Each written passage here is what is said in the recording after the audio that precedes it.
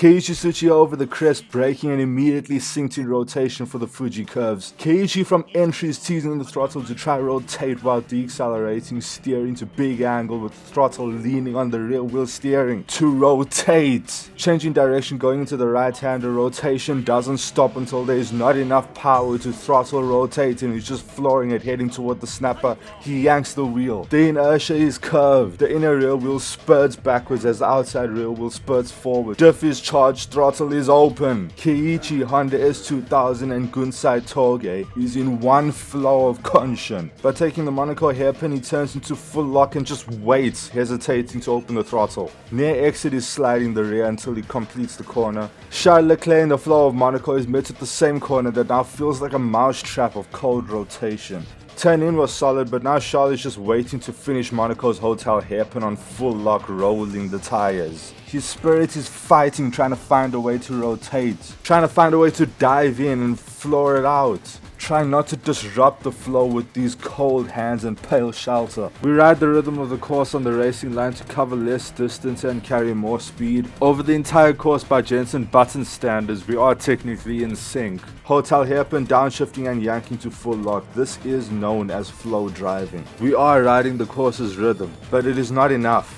Though the racing line is followed and the car doesn't stop, rotation grows cold on full lock, we're just waiting it out. It's like the car does stop. We mock the accountants who can only coast and roll through the bends of Gunsai that we floor. They are cold understeering. But come to the Monaco hairpin and we have the same cold rotation of the accountant's frequency. They say it's a part of the flow, but we know it as an abrupt seizure of flow. It's cold hands. So why can't we flow through? It's because we're not good enough. We're handed Saint-Devote, the corner that makes accountants cold, makes legends understeer into the wall, turn into the wall, falling to the feet of Monte Carlo. All in fear of not being able to rotate the car that feels so much heavier in the swelling entry that can't open up into an immediate unforgiving incline. Stefan Beloff is throwing in a switchback, literally flowing up Saint-Devote while the water flows down, while Prost is just rolling through, trying not to aquaplane. Prost, you fired. Schumacher and Antonelli are on trial and they are found in perfect flow. It is literally a rhythm of rotation. And my hairs rise when they go through the 90-degree corners at Portier. They yank from turning to over 90 degrees on the steering wheel, sustaining the diff charging to such a high level to not just rotate the rear, but at the high angle with the front caster angles, accelerate the outer front wheel with the outer rear wheel, and deaccelerate the inner wheels. Such high aggression curving the weight. I think these drivers were made for Monaco. Kimi is not interested in slowing down to 2 kph to harvest the most energy for the straight. It is evident he is carrying power to flow through the streets of Monte Carlo. But after flexing all we can do at Saint-Devote, Casino Square and Mirabeau, we met with something else. A sustained long sweeping corner. You can't accelerate because you're in one long lasting corner. You're just gonna go wide. You can't slow down because then you just slow. Maintaining rotation is a hard ask. Simply coasting and rolling is inevitable. But Senna is perfectly balancing the center of rotation, maintaining the same speed throughout the sweeper. There's a reason at Phoenix you could literally drive at 8/10 for the whole race and take a luxury pit stop just for the hell of it. Driving the last lap at literally walking pace. It all comes back to Konshin. You have to be one with the track. But now we're back in Monaco. While Niki Lauda dared to make a move at Hotel Hairpin was nearly into the wall, cause he settled his mind that that hairpin can only be taken rolling on full lock. So when he gets turning wrong, all he can really do is hope on full lock. Hope is not a strategy. Stefan Beloff gets impatient, refusing to leave it at just that. But all he can do is stress the tires until he slides on exit. Why is it so hard? Why is it half in?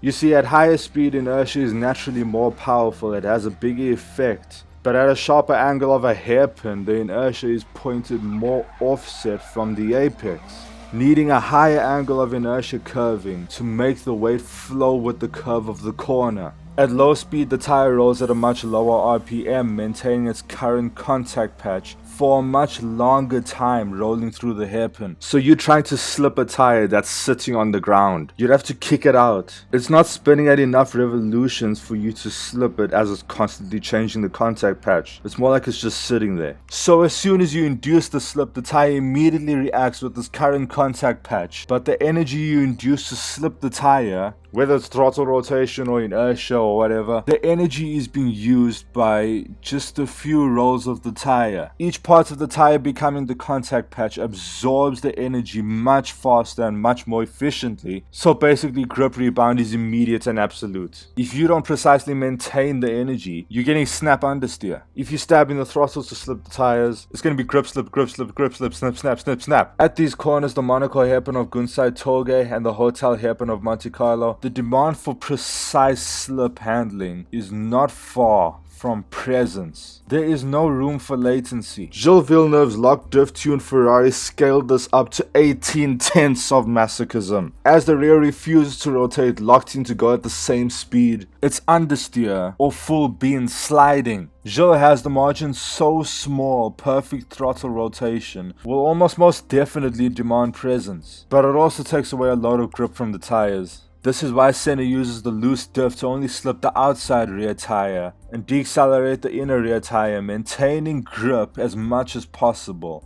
while rotating. While slipping the tire at high speed is easier to handle as the margin is bigger, an extremely low angle bend where you don't need much more rotation than just rolling the tires. Though the inertia has a big effect, the low angle demands much less to curve the inertia. And the tire is rolling so much faster, so with G-force pressing on it, it micro slips as it changes to a new contact patch. Most of the current generation of drivers have just made peace with rolling through the corner, and it is pitiful. And it's not just the super slow corners. At Miami, there's a series of bends that's too far away from each other to take as one single corner, but too close to floor it in between the corners and yank it into the second. Ovid is coasting through rolling. Max is throwing it in faster to match his entry speed for the second corner, yanking it into high angle to force rotation out of the diff. He doesn't settle for rolling. Max lives in flow. It is simply who he is. It's Konshin. Oscar Piastri is a driver that's been caught coasting before. Quite a bit too much. But look, he's charging the diff, letting the rear rotate to the apex. But come back to Hotel Hairpin in Monaco, and we're rolling.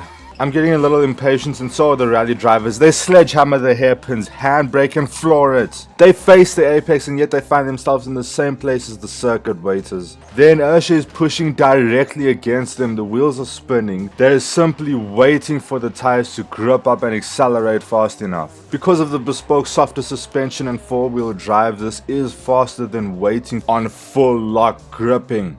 But I'm sorry, it's the same thing. Grip is not optimized, center of rotation is not perfectly balanced, and often neither is center of apex. There is major Konshin lag. When you reach a higher frequency of Konshin, higher feel rate, you find handling in a turn others can only wait in. The legends who feel the active yaw differential system of the Evo to spurt perfect yaw of equal rotation front and rear outside wheels to rotate and floor it early, maintaining rotation mid-corner, flooring it out. We don't use the Evo's four-wheel drive as a safety margin or a crutch to lean on because of bad driving, because you know how the Evo treats Konshin lag. You're not going to drive her right, she bogs. Her engine will not rev. But where driver and race car dwell in Konshin, well, look what's right in front of you.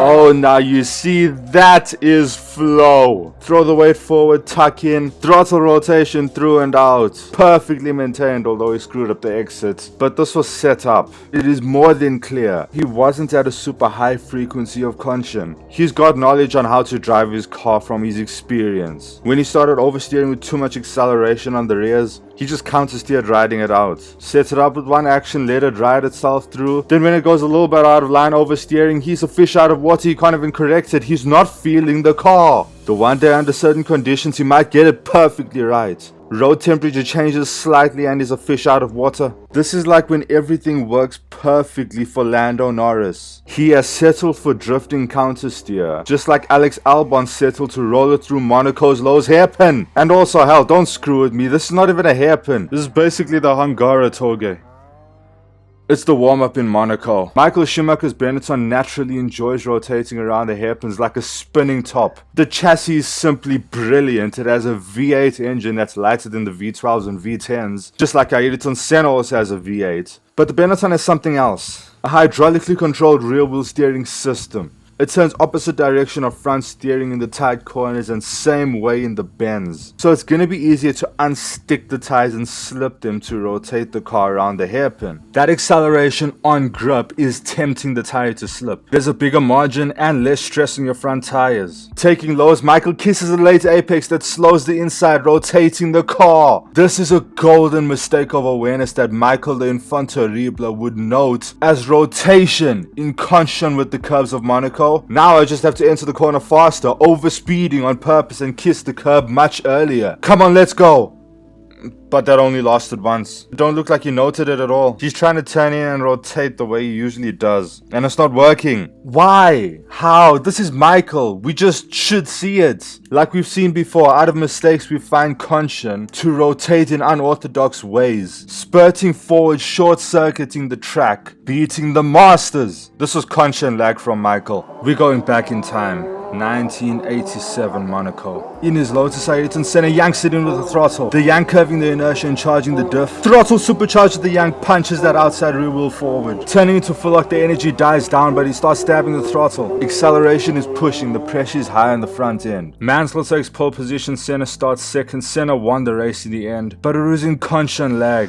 In his McLaren, Ayrton Senna on the charging qualifying, turning in, yanks with the throttle. Similar entry charge up he did with his Lotus, just with much more angle. In the Grand Prix, charging the diff with deceleration and stabbing the throttle on full lock. From Fangio's days when those cars were as small as go-karts, we've found turbulent flow in Monaco. Ayrton Senna is the driver that has come the closest to finding perfect flow in Monaco. It's the throttle rotation mid-corner, but the mark of imperfection is all just before that. Turning in, Ayrton is charging up the diff, yanking in and then holding, trying to get that outside wheel to come around faster than it should. He wants rotation on entry, going into full lock. The rear is refusing to get unstuck on deceleration. That's why in qualifying, Senna was using the stab of acceleration on the initial yanks. For a moment he waits. There's no rotation, just full lock. He's bleeding off enough speed so he can use acceleration to rotate with that outside rear wheel. But in the scrub, he's already fallen into the trap. Senna is waiting in understeer. The diff is more closed on deceleration. The tires are dead, rolling, center of rotation is not balanced. Weight is only a liability. The speed is down, now he starts stabbing the throttle. The outside rear wheel is pushing the outside front wheel to accelerate at the same speed. Outside wheels overtaking inside wheels that are still gripping. He's simply turning so much faster. 50-50 perfect yaw like the Evo 9 on the fast S-curve. Just like Schumacher and Kimi at Poitiers.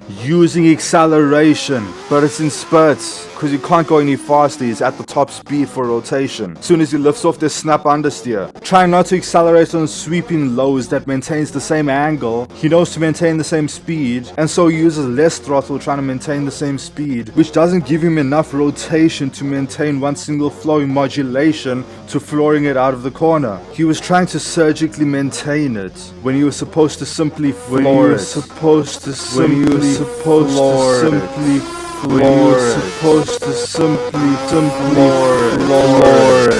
The flow through Loews Hairpin was turbulent. And yet Lewis Hamilton's Mercedes, that is 1.5 seconds faster than Ayrton Senna's McLaren, just on the straight toward Casino. At Loews Hairpin, Senna could hold Lewis, completing Loews in the same time as Lewis. Lewis's Mercedes is a million times more efficient, tuned to still turn fast while just rolling. Senna and his McLaren with turbulent flow is keeping up with Lewis in his Mercedes. Yes, I know today's cars are bigger than those old cars. No excuses. There's no excuse. Because look, I rotated with a keyboard and I did not clobber the curb twice. If something's shit, there's no point trying to say it's not shit. It's not fooling anyone. Se não conseguir segurar direito o volante, deve estar sentindo uma dor terrível pela forma como estava inchada a sua mão esquerda. Aí vai Senna, 1:18, 19, 20. Ayrton Senna's on a push lap, Sandoval throttle is open on the apex. Casino Square down the hill, Ayrton Senna yanks down to Mirabeau. Senna has the fastest first sector over Prost in the Williams. Charge yanking full lock late corner throttle rotation. Through and out of Portier throttle rotation, even on exit the tires slightly slipping. The Williams automated inner wheel braking beat Ayrton Senna's turbulent flow. There's only 300ths of a second separating them now. Exiting the tunnel, Senna has Konshin lag, not feeling that the diffuser is still stalled due to the malfunction in the McLaren's drag reduction active suspension system. Rear brake lock ending a blinding lap of imperfection. The greatest drive we see at Monaco has turbulent flow. Senna was better now than he had ever been at Monaco, but the flow was turbulent. Waiting on full lock, deaccelerating, there's a feather on the throttle, but it is being maintained. Exit rotation, Senna's handling it in the present. Ayrton Senna is not just guilty of turbulent flow, Konshin lag. Ayrton Senna is guilty of accountancy.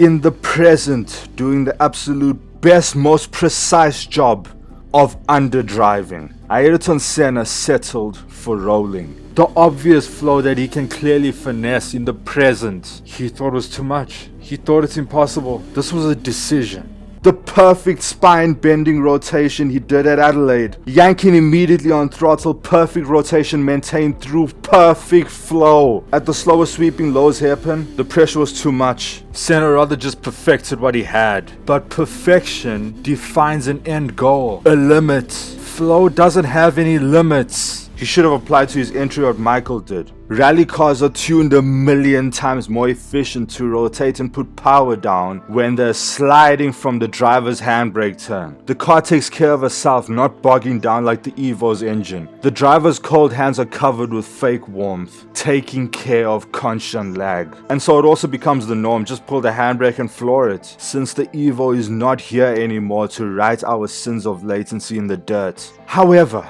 if there was a driver to drive at the Konshin frequency, the accountants would be rubbed in the dirt by the stopwatch. The turbulent flow of the king is dethroned and ruined in the dirt, fallen to the feet of a Polish driver. That was Robert Kubica. That was perfect center of rotation, perfect center of apex, perfect grip management, held through the corner in Konshin. That was feel. That was Konshin of driver, race car and road. He displayed Konshin through the turns tighter than Loews. He might not have been driving the absolute present, but over the long time it takes to complete such a tight hairpin, on the Touge, not on a Formula 1 racetrack, with the variable constantly changing grip, Robert Kubica has the mental capacity of a killer whale. This is a wonder of Konshin. Coming back to Monte Carlo, it feels tame. Robert says, why are they waiting and slowing down and all? I can point it right and floor it in pure Konshin. Yes, Robert wasn't taking the long sweeping Loews hairpin at Monaco. This hairpin is shorter, and it does matter, but looking at this, I can almost guarantee he'll get Loews perfect. Nope, he's also waiting. It's up to you, dude. Find flow in Monaco. You, yes you. You say, ooh, I'm not a Formula 1 driver. Who cares? The one slower than you. The only real failure is in not trying. I got just one question. If you met your hero on the track, do you have a fan spirit or a fighting spirit?